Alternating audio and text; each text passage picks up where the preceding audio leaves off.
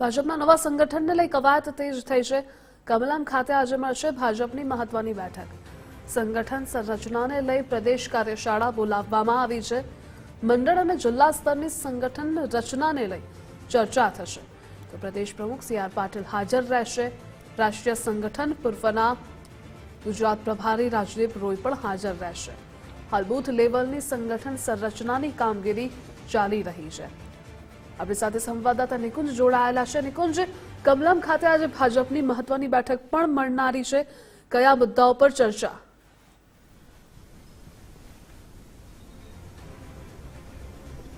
ચિત્રુષા, ટૂંક સમયની અંદર ગુજરાત ભાજપને નવું સંગઠનનું માળખું મળશે। આ માળખું પ્રદેશથી લઈને નીચે મંડળ કક્ષા સુધીનો ફેરફાર જે છે તે થતો હોય છે। તે માટે ભાજપ સંગઠન સંરચનાના નામે એક સંગઠન પુનઃરચના માટેની આ સમગ્ર કવાયત કરતું હોય છે અને લગભગ 1 થી 1.5 મહિનાથી આ એક્સરસાઇઝ જે છે તે ચાલી રહી છે। મંડળ સુધીના જે સંગઠનનું માળખું છે તેની રચનાની કામગીરી હાલ મહદઅંશે પૂર્ણતાના આરે છે। હવે પછી બૂથ લેવલ પર સંગઠનની સંરચના થશે અને ત્યારબાદ તાલુકા, જિલ્લા અને ત્યારબાદ પ્રદેશ કક્ષા પર। ભાજપનું બંધારણ એ પ્રકારનું છે કે જો નીચેના કક્ષાએ એટલે કે તાલુકા, જિલ્લામાં 50% જેટલું જો નવું સંગઠન નિર્માણ પામે તો ત્યારબાદ જ પ્રદેશ પ્રમુખની નિયુક્તિ થઈ શકતી હોય છે।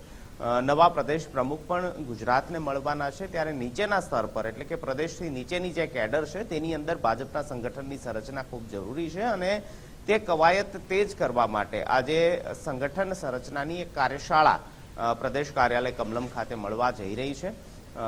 શિયાળુ સત્ર ચાલી રહ્યું છે। કેન્દ્રીય મંત્રી અને ગુજરાત ભાજપ સંગઠનના પ્રદેશ પ્રમુખ સી.આર. પાટીલ આ સત્ર છોડીને આજની આ બેઠકની અંદર ઉપસ્થિત રહેવાના છે।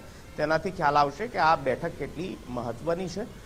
બપોરે 2:30 વાગે આ બેઠક શરૂ થશે। 2 થી 4 કલાક સુધી આ બેઠક ચાલશે અને આ બેઠકની અંદર સંગઠનની કામગીરી ફરીથી તેજ બનાવવા માટે અને જે પ્રકારે સૂત્રો પાસેથી માહિતી મળી રહી છે કે આગામી 1 થી 1.5 અથવા તો 2 મહિનાની અંદર ગુજરાત ભાજપનું નવું સંગઠનનું માળખું રચાઈ જશે। ગુજરાત ભાજપને નવા પ્રદેશ પ્રમુખ જે છે તે પણ મળી જશે। જી નિકુંજ, જોડાવા બદલ આભાર આપનો।